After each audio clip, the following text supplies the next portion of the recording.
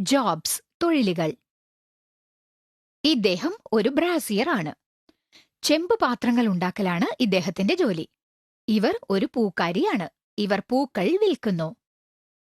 ഇദ്ദേഹം ഒരു കല്ലാശാരിയാണ്. ഇദ്ദേഹമാണ് വീടുകളും മറ്റു കെട്ടിടങ്ങളും ഉണ്ടാക്കുന്നത്. ഇദ്ദേഹം ഒരു പ്ലംബറാണ്. പൈപ്പുകൾ റിപ്പയർ ചെയ്യലാണ് ഇദ്ദേഹത്തിന്റെ ജോലി. ഇദ്ദേഹം ഒരു കച്ചവടക്കാരനാണ്. ഇദ്ദേഹം അരി, ഗോതമ്പ്, എണ്ണ തുടങ്ങിയ സാധനങ്ങൾ വിൽക്കുന്നു.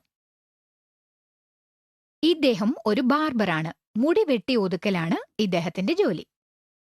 ഇതാ ഒരു ബേക്കർ. ഇദ്ദേഹമാണ് റൊട്ടിയും കേക്കുകളുമൊക്കെ ചുട്ടെടുക്കുന്നത്.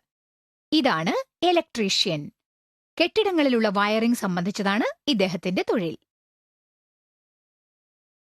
ഇദ്ദേഹമാണ് ഫയർമാൻ. തീപിടുത്തമുണ്ടായാൽ തീ അണയ്ക്കുന്നത് ഇദ്ദേഹമാണ്.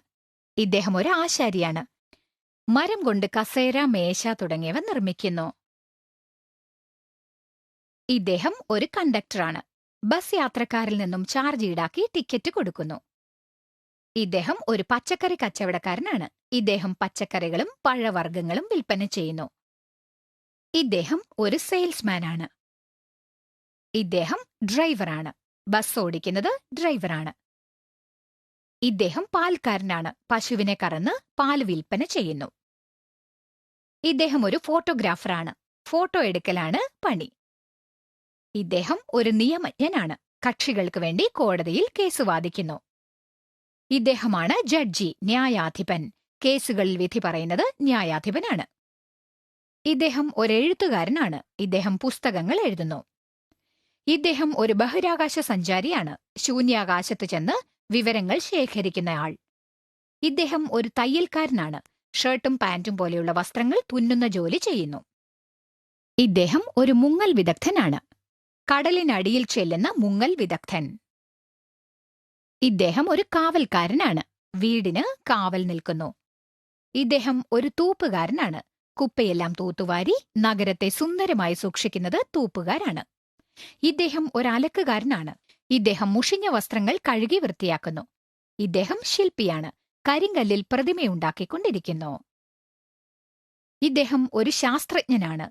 പരീക്ഷണങ്ങളും ഗവേഷണങ്ങളും നടത്തി പുതിയ കാര്യങ്ങൾ കണ്ടുപിടിക്കുന്നു. ഇദ്ദേഹം ഒരു തോട്ടക്കാരനാണ്.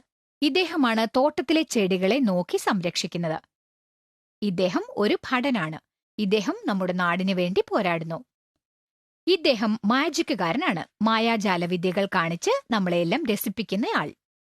ഇദ്ദേഹം ഒരു മെക്കാനിക് ആണ്. മെഷീനുകൾ റിപ്പയർ ചെയ്യുന്നതാണ് ഇദ്ദേഹത്തിന്റെ ജോലി. ഇദ്ദേഹം ഒരു എഞ്ചിനീയർ ആണ്.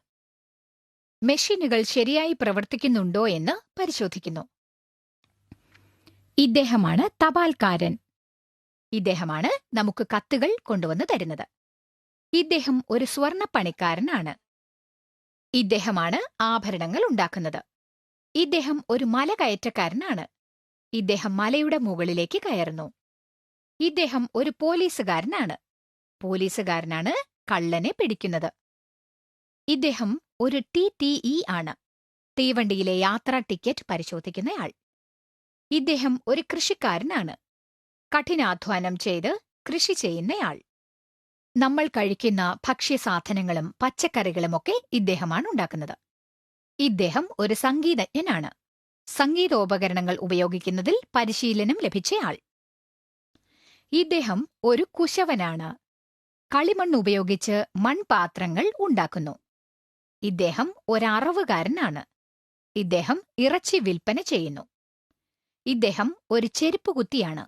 ഷൂസും ചെരുപ്പുകളുമൊക്കെ ഇദ്ദേഹമാണ് നന്നാക്കുന്നത്. ഇദ്ദേഹം ഒരു കൊല്ലനാണ്.